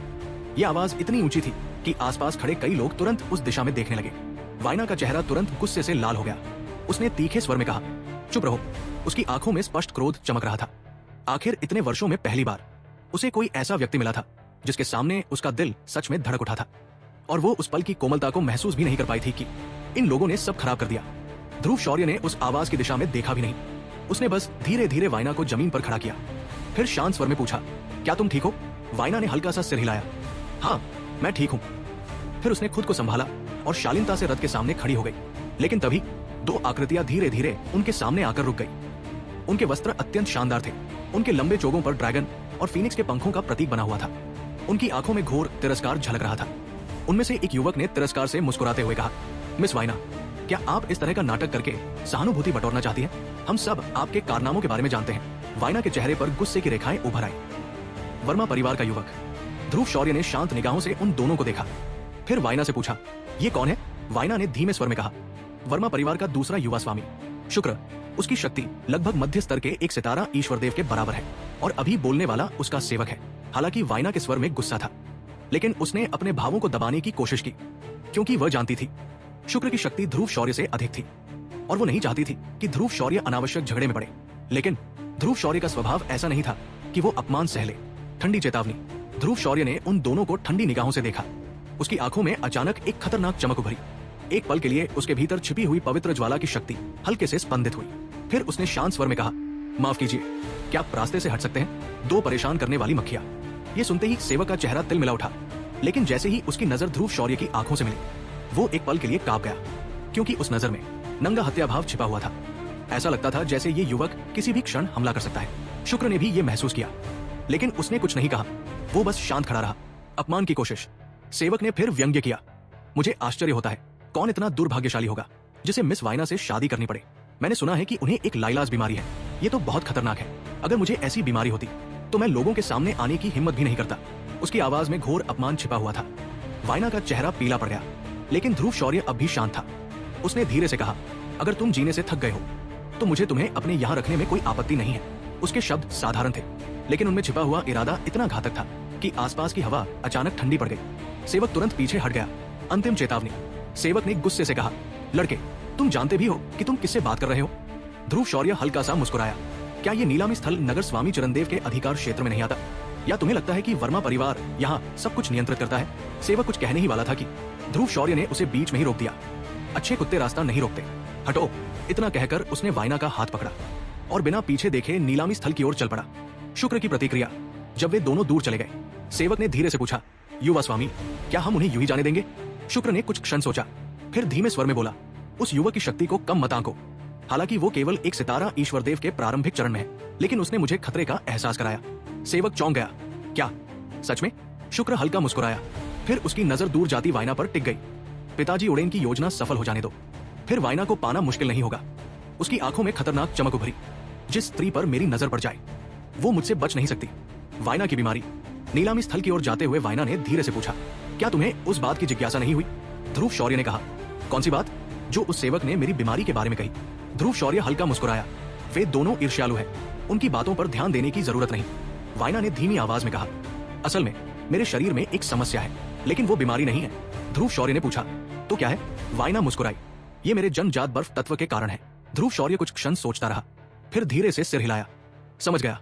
हालांकि वो जानता था ये समस्या साधारण नहीं थी, लेकिन उसने इस विषय को वहीं समाप्त कर दिया। नीलामी की शुरुआत। उधर नीलामी स्थल के भीतर एक निजी कक्ष में एक शक्तिशाली सैनिक बैठा था। वो कोई साधारण सैनिक नहीं था। उसकी शक्ति 2 सितारा ईश्वरदेव के अंतिम चरण में थी। वो नगर स्वामी चिरंदेव का सबसे विश्वसनीय अनुयायी था। एक जासूस अंदर आया, महाराज, वर्मा परिवार के दूसरे युवा स्वामी और राज परिवार की युवती के बीच पिछवाड़े में थोड़ी बहस हुई है। सैनिक ने शांत स्वर में कहा, समझ गया, नीलामी शुरू होने वाली है, सुरक्षा बढ़ा दो। जासूस तुरंत चला गया। सैनिक धीरे से बुदबुदाया, वर्मा परिवार सच में बहुत घमंडी हो गया है। तूफान की शुरुआत। इस समय नीलामी स्थल का विशाल हॉल पूरी तरह भर चुका था। राज परिवार, वर्मा परिवार, नाहर परिवार, साथ ही गोस्ट किंग सिटी की अनेक शक्तियां भी वहां उपस्थित थी। हर कोई इस ऐतिहासिक नीलामी का इंतजार कर रहा था। धीरे धीरे पूरा हॉल शांत हो गया और फिर गोस्ट किंग सिटी की ये अभूतपूर्व नीलामी आधिकारिक रूप से शुरू होने वाली थी। गोस्ट किंग सिटी के ठीक मध्य भाग में स्थित नगर स्वामी चिरंदेव का महल सदियों से इस पूरे क्षेत्र की शक्ति, व्यवस्था और प्रतिष्ठा का प्रतीक माना जाता था। लेकिन आज उस महल के भीतर छिपा हुआ एक ऐसा स्थान खुलने वाला था जिसे आमतौर पर लोग केवल कहानियों में सुनते थे। वो स्थान था महान नीलामी हॉल। ये नीलामी हॉल बाहर से देखने पर एक विशाल अंडाकार दुर्ग जैसा दिखाई देता था। उसकी दीवारें काले जादुई पत्थरों से बनी थी, जिन पर प्राचीन रून और सुरक्षा मंत्र चमक रहे थे। ऊपर चांदी और स्वर्ण मिश्रित धातु से बने विशाल मेहराब सूर्य की रोशनी में चमक रहे थे। लेकिन उस इमारत की असली भव्यता बाहर नहीं बल्कि भीतर छिपी हुई थी। जैसे ही कोई व्यक्ति अंदर प्रवेश करता, उसके सामने एक अद्भुत दृश्य खुल जाता। पूरा हॉल एक विशाल अंडाकार संरचना में बनाया गया था। उसके केंद्र में था क्रिस्टल से बना नीलामी मंच और उसके चारों ओर बने हुए थे सैकड़ों निजी कक्ष। हर निजी कक्ष अत्यंत सुरक्षित था। इन कमरों को इस प्रकार बनाया गया था कि अंदर बैठे लोग मंच को साफ देख सके, लेकिन दूसरे लोग उन्हें स्पष्ट रूप से न देख सके। हालांकि ये हॉल कई वर्षों पहले बनाया गया था। लेकिन इसका उपयोग बहुत कम बार किया जाता था, क्योंकि नगर स्वामी केवल उन्हीं नीलामियों के लिए इस हॉल को खोलते थे जिन्हें वे अत्यंत महत्वपूर्ण मानते थे। और आज ऐसी ही एक ऐतिहासिक नीलामी होने वाली थी। भीड़ का सैलाब। जब ध्रुव शौर्य और वाइना नीलामी स्थल के पिछवाड़े से निकलकर मुख्य द्वार की ओर पहुंचे तो उनके सामने का दृश्य देखकर दोनों एक पल के लिए रुक गए। मुख्य द्वार के सामने लोगों की भीड़ उमड़ रही थी। सैकड़ों लोग कतार में खड़े थे, कई शक्तिशाली योद्धा, कई धनी व्यापारी और कई रहस्यमयी व्यक्तित्व। भीड़ इतनी घनी थी कि आगे का दृश्य देखना मुश्किल हो रहा था। ध्रुव शौर्य ने हल्की मुस्कान के साथ कहा, लगता है ये नीलामी उम्मीद से भी ज्यादा लोकप्रिय है। वाइना ने सिर हिलाया। नगर स्वामी की नीलामी हमेशा ऐसी ही होती है। मुख्य द्वार पर दो अलग अलग प्रवेश मार्ग बने हुए थे। पहला मार्ग सामान्य प्रवेश मार्ग। इस मार्ग पर सैकड़ों मीटर लंबी कतार लगी हुई थी। हर व्यक्ति अपनी बारी का इंतजार कर रहा था। प्रवेश द्वार पर 3 सैनिक खड़े थे। उनकी वर्दी पर जनरल का चिन्ह बना हुआ था। उनकी आभा अत्यंत शक्तिशाली थी। ध्रुव शौर्य ने एक नजर डालते ही समझ लिया, ये साधारण सैनिक नहीं थे। तीनों की शक्ति लगभग एक सितारा ईश्वरदेव के अंतिम चरण तक पहुंच चुकी थी। वे हर व्यक्ति की पहचान और निमंत्रण पत्र की जांच कर रहे थे। लेकिन दूसरी ओर एक अलग मार्ग भी था, वीआईपी मार्ग। वो मार्ग लाल कालीन से ढका हुआ था। दोनों ओर सुनहरे स्तंभ खड़े थे। ये था वीआईपी प्रवेश मार्ग। लेकिन आश्चर्य की बात यह थी कि वहां से बहुत कम लोग गुजर रहे थे। ध्रुव शौर्य ने ध्यान से देखा। वीआईपी मार्ग के पास 2 व्यक्ति खड़े थे, एक सुंदर महिला और एक आलसी सा दिखने वाला सैनिक, रहस्यमयी द्वारपाल। महिला का चेहरा अत्यंत शांत और आकर्षक था। उसकी पोशाक फूलों की आकृतियों से सजी हुई थी। उसकी चालढाल में एक स्वाभाविक गरिमा थी। वो थी सितारा, नगर स्वामी के महल की एक उच्च पदस्थ अधिकारी। उसकी शक्ति लगभग एक सितारा ईश्वरदेव के मध्य चरण तक पहुंच चुकी थी। लेकिन उसके पास खड़ा सैनिक और भी अधिक रहस्यमयी था। वो कुर्सी पर आधा लेटा हुआ था, मानो उसे किसी चीज की परवाह न हो। लेकिन उसकी आभा अत्यंत भयावह थी। उसका नाम था आकाश, नगर स्वामी चरणदेव के अधीन सबसे शक्तिशाली योद्धाओं में से एक। उसकी शक्ति 2 सितारा ईश्वरदेव के अंतिम चरण तक पहुंच चुकी थी। फुसफुसाहट। तभी सितारा की मधुर आवाज गूंजी, जिनके पास वीआईपी कार है, कृपया इस मार्ग से आइए। आसपास खड़े लोग धीरे धीरे फुसफुसाने लगे, क्या वो नगर स्वामी का शीर्ष सेनापति नहीं है? वो यहाँ द्वारपाल कैसे बन गया? दूसरे व्यक्ति ने तुरंत उसे चुप कराया। धीरे बोलो, अगर आकाश ने सुन लिया तो तुम्हारी खैर नहीं। उसकी ताकत नगर स्वामी के बराबर है। ध्रुव शौर्य पर नजर। इसी बीच ध्रुव शौर्य और वाइना वीआईपी मार्ग की ओर बढ़े। सितारा ने उन्हें देखते ही मुस्कुराते हुए कहा, राज परिवार की युवती। वाइना ने मुस्कुराकर उत्तर दिया, बहन सितारा, आप दिन प्रतिदिन और सुंदर होती जा रही है। सितारा हंस पड़ी, और तुम भी वाइना, दिन प्रतिदिन और आकर्षक होती जा रही हो। लेकिन अगले ही क्षण उसकी नजर ध्रुव शौर्य पर पड़ी। उसने हल्का सा आश्चर्य प्रकट किया, और ये तभी पीछे से एक परिचित आवाज आई। ये हमारे राज परिवार के सम्मानित अतिथि हैं। ये आवाज थी दानिश की। सितारा ने सिर हिलाया। लेकिन उसी क्षण आलसी दिखने वाले सैनिक आकाश ने धीरे से अपनी आंखें खोली। उसने बस एक बार ध्रुव शौर्य की ओर देखा, सिर्फ एक नजर। लेकिन उसी क्षण ध्रुव शौर्य को ऐसा महसूस हुआ जैसे उसकी पूरी ईश्वरदेव ऊर्जा दब गई हो। उसके भीतर एक भारी दबाव पैदा हो गया। ध्रुव शौर्य तुरंत समझ गया, ये व्यक्ति अत्यंत खतरनाक है। उसने मन ही मन कहा, इस आदमी की शक्ति सच में भयानक है। नीलामी हॉल के भीतर कुछ ही देर बाद वे सब नीलामी हॉल के भीतर पहुंच गए। राज परिवार का निजी कक्ष सामने ही था। वहां पहले से बैठे थे दिकेश, धूमेराज राज, रावी। ध्रुव शौर्य जैसे ही अंदर बैठा, उसने अपनी विशाल आत्मिक शक्ति को धीरे से फैलाया। उसकी संवेदनाएं पूरे हॉल में फैल गई। सैकड़ों निजी कक्षों से निकलती हुई आभाएं वो स्पष्ट रूप से महसूस कर सकता था। उनमें कई शक्तिशाली विशेषज्ञ मौजूद थे, वर्मा परिवार, नाहर परिवार और गोस्ट किंग सिटी की अनेक अन्य शक्तियां। हालांकि इतने लोगों में से शायद असली खरीदार बहुत कम होंगे, क्योंकि ऐसे खजाने खरीदने के लिए अपार धन चाहिए। मंच का उदय। तभी अचानक नीलामी हॉल के केंद्र से एक दूधिया सफेद ऊर्जा की किरण उठी। क्लिक। एक यांत्रिक ध्वनि पूरे हॉल में गूंज उठी। फिर धीरे धीरे क्रिस्टल से बना एक शानदार मंच जमीन से ऊपर उठने लगा। उस मंच के चारों ओर सफेद ऊर्जा की एक परत चमक रही थी। ये एक शक्तिशाली सुरक्षा अवरोध था, जो मंच पर रखी वस्तुओं की रक्षा करता था। पूरे हॉल में तुरंत सन्नाटा छा गया। हर व्यक्ति की नजर उसी मंच पर टिक गई। ध्रुव शौर्य की आंखों में हल्की चमक उभरी। उसने मन ही मन कहा, तो आखिरकार असली खेल शुरू होने वाला है। गोस्ट किंग सिटी की इस ऐतिहासिक नीलामी का आरंभ होने वाला था। नीलामी हॉल के केंद्र में स्थित क्रिस्टल मंच से निकल रही दूधिया रोशनी अभी भी पूरे हॉल में फैल रही थी। सैकड़ों निजी कक्षों में बैठे शक्तिशाली साधक पूरी तरह शांत हो चुके थे। हर किसी की नजर उसी मंच पर टिकी हुई थी। अचानक वोश, एक तेज प्रकाश चमका और उसी क्षण 2 आकृतियां धीरे धीरे मंच के ऊपर प्रकट हो गई। एक पुरुष और एक महिला। पुरुष की आभा असाधारण थी। उसकी आंखें गहरी और स्थिर थी। उसके शरीर से निकलती शक्ति पूरे नीलामी हॉल में हल्की सी लहर की तरह फैल गई। वो व्यक्ति कोई और नहीं था, गोस्ट किंग सिटी का नगर स्वामी चिरंदेव। उसके बगल में खड़ी थी एक सुरुचिपूर्ण महिला। उसकी चालढाल बेहद शालीन थी। वो थी सितारा, नगर स्वामी के महल की उच्च पदस्थ प्रबंधक। नगर स्वामी का आगमन जैसे ही मंच की रोशनी थोड़ी मंद हुई, सैकड़ों निजी कमरों से आश्चर्य भरी आवाजें उठने लगी। क्या नगर स्वामी खुदा हैं? और उनके साथ प्रबंधक सितारा भी है। लगता है ये नीलामी वास्तव में असाधारण है। इतने बड़े पद के दो लोगों का एक साथ नीलामी में उपस्थित होना बेहद दुर्लभ था। चिरंदेव ने धीरे धीरे चारों ओर नजर दौड़ाई। उसकी आंखों में एक शांत लेकिन खतरनाक आत्मविश्वास था। फिर उसने हल्की मुस्कान के साथ कहा, गोस्ट किंग सिटी की इस महान नीलामी में आप सभी का स्वागत है। उसकी आवाज बहुत तेज नहीं थी, लेकिन फिर भी वो आवाज पूरे हॉल में स्पष्ट सुनाई दे रही थी, मानो हवा स्वयं उसके शब्दों को हर दिशा में पहुंचा रही हो। ध्रुव शौर्य की प्रतिक्रिया। राज परिवार के निजी कक्ष में बैठे ध्रुव शौर्य ने उस आभा को महसूस किया। उसने अनजाने में कहा, ये व्यक्ति क्या यही गोस्ट किंग सिटी का नगर स्वामी है? राज परिवार के मुखिया दिकेश मुस्कुराए। हाँ, ये व्यक्ति है चिरंदेव। उसकी शक्ति 2 सितारा ईश्वरदेव के शिखर स्तर पर है। ये सुनते ही ध्रुव शौर्य की आंखों में हल्का आश्चर्य उभरा। 2 सितारा ईश्वरदेव का शिखर। उसने मन ही मन आकलन किया, अगर इस स्तर का व्यक्ति उससे युद्ध करे तो फिलहाल जीतना लगभग असंभव होगा। चेतावनी। मंच पर खड़े चिरंदेव ने कुछ क्षण शांत होकर चारों ओर देखा, फिर वो मुस्कुराया, लेकिन उसकी आंखों में अचानक एक ठंडी चमक उभरी। नीलामी शुरू करने से पहले मैं आप सबसे एक छोटी सी बात कहना चाहता हूँ। पूरे हॉल में सन्नाटा छा गया। ये गोस्ट किंग सिटी है। अगर कोई व्यक्ति यहाँ लड़ाई शुरू करने की मूर्खता करेगा, तो चाहे उसका समर्थन कितना भी शक्तिशाली क्यों न हो, मैं चिरंदेव उसे उसके जीवन की सबसे बड़ी गलती का एहसास करा दूंगा। उसकी आवाज में कोई गुस्सा नहीं था, लेकिन उसमें छिपी शक्ति ने पूरे हॉल का वातावरण ठंडा कर दिया। कुछ निजी कमरों में लोग धीमे स्वर में फुसफुसाने लगे, ये आदमी बहुत घमंडी है। दूसरा व्यक्ति बोला, नहीं, ये घमंड नहीं है, ये शक्ति है। वो 2 सितारा ईश्वरदेव के शिखर पर है, उसके पास ऐसा कहने का अधिकार है।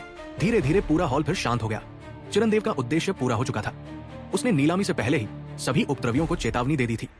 अमर क्रिस्टल कार्ड। उसी समय राज परिवार के निजी कक्ष में दानिश ने ध्रुव शौर्य की ओर एक चमकदार बैंगनी क्रिस्टल कार्ड बढ़ाया। भाई ध्रुव शौर्य, ये आपके 3 गोलियों की नीलामी से प्राप्त सोने के सिक्के हैं। कुल कीमत 20 मिलियन। ध्रुव शौर्य ने बिना झिझक कार्ड स्वीकार कर लिया। धन्यवाद। ये था अमर क्रिस्टल कार्ड। ये सामान्य मुद्रा नहीं थी, ये केवल उन लोगों को मिलता था जो ईश्वरदेव स्तर तक पहुंच चुके हों। ये केवल धन का नहीं, बल्कि शक्ति और प्रतिष्ठा का प्रतीक था। नीलामी की शुरुआत। मंच पर खड़े चिरंदेव ने हाथ हिलाया। अब हम नीलामी शुरू करते हैं। पहले कुछ छोटे आइटम होंगे, उन्हें आप लोग एपेटाइजर समझ सकते हैं। सैकड़ों निजी कमरों में बैठे लोग उत्सुक उठे। एपेटाइजर? अगर ये सिर्फ शुरुआत है, तो असली खजाने कितने अद्भुत होंगे। रहस्यमयी प्रतिक्रिया। तभी अचानक ध्रुव शौर्य के शरीर के भीतर हलचल हुई। उसकी आत्मा के भीतर छिपी हुई शक्ति, अमर नीदर स्पैरो, वो अचानक बेचैन हो उठा। उसके भीतर से उग्र ऊर्जा उठने लगी। ध्रुव शौर्य चौंक गया। क्या हुआ? ये अचानक इतना बेचैन क्यों हो गया?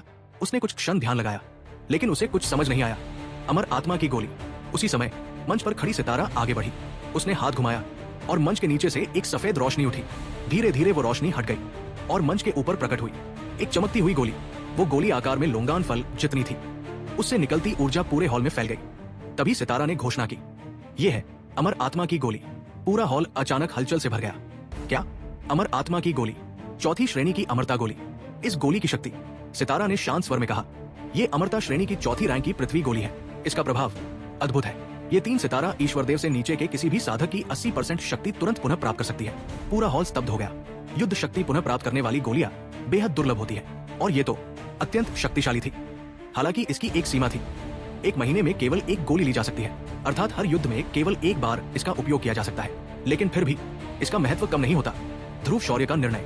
ध्रुव शौर्य ने गोली को ध्यान से देखा। उसकी आंखों में चमक उभरी। उसने मन ही मन कहा, ये वही चीज है जिसकी मुझे जरूरत है। उसका सबसे बड़ा हथियार था पवित्र ज्वाला संलयन, लेकिन ये तकनीक उसकी लगभग सारी शक्ति समाप्त कर देती थी। अगर उसके पास अमर आत्मा की गोली हो, तो वो तुरंत अपनी शक्ति पुनः प्राप्त कर सकता था और युद्ध का परिणाम बदल सकता था। बोली शुरू। मंच पर खड़ी सितारा ने कहा, इस बार कुल 5 अमर आत्मा गोलियां नीलाम होंगी। वे 5 अलग अलग सत्रों में बेची जाएंगी। फिर उसने घोषणा की, पहली गोली की शुरुआती बोली 10 मिलियन सोने के सिक्के। हर नई बोली कम से कम 1 मिलियन अधिक होनी चाहिए। फिर उसने मुस्कुराकर कहा, अब नीलामी शुरू होती है। एक पल के लिए पूरा हॉल शांत रहा और अगले ही क्षण सैकड़ों निजी कमरों से आवाजें गूंज उठीं। 11 मिलियन, 12 मिलियन, 15 मिलियन। पूरे नीलामी हॉल में अचानक बोली की गूंज फैल गई और उसी क्षण गोस्ट किंग सिटी की इस महान नीलामी का असली युद्ध शुरू हो चुका था। और इसी तरह गोस्ट किंग सिटी के विशाल नीलामी हॉल में एक साधारण सी दिखने वाली गोली ने पूरे वातावरण को युद्ध भूमि में बदल दिया। अमर आत्मा की गोली एक ऐसी दिव्य औषधि जो किसी भी साधक की लगभग समाप्त हो चुकी शक्ति को पल भर में फिर से जगा सकती थी। यही कारण था कि सैकड़ों शक्तिशाली विशेषज्ञ उस एक छोटी सी गोली के लिए अपनी अपार संपत्ति दांव पर लगाने को तैयार थे। लेकिन इस भीड़ के बीच एक व्यक्ति ऐसा भी था जिसकी नजर सिर्फ उस गोली पर नहीं थी। वो था ज्वाला सम्राट ध्रुव शौर्य। उसके भीतर छिपी रहस्यमयी शक्ति अमर नीड स्पैरो लगातार बेचैन हो रही थी। मानो इस नीलामी में सिर्फ एक गोली ही नहीं बल्कि कोई और भी बड़ा रहस्य छिपा हुआ था। क्या ध्रुव शौर्य इस अमर आत्मा की गोली को हासिल कर पाएगा, या फिर गोस्ट किंग सिटी की इस महान नीलामी में कोई नया तूफान उठने वाला है? ये जानने के लिए बने रहिए ज्वाला सम्राट ध्रुव शौर्य की इस अद्भुत कहानी के साथ। अगर आपको ये कहानी पसंद आ रही है तो वीडियो को लाइक करें और चैनल को सब्सक्राइब जरूर करें, क्योंकि आगे आने वाला अध्याय इस कहानी को एक बिल्कुल नए मोड़ पर ले जाने वाला है।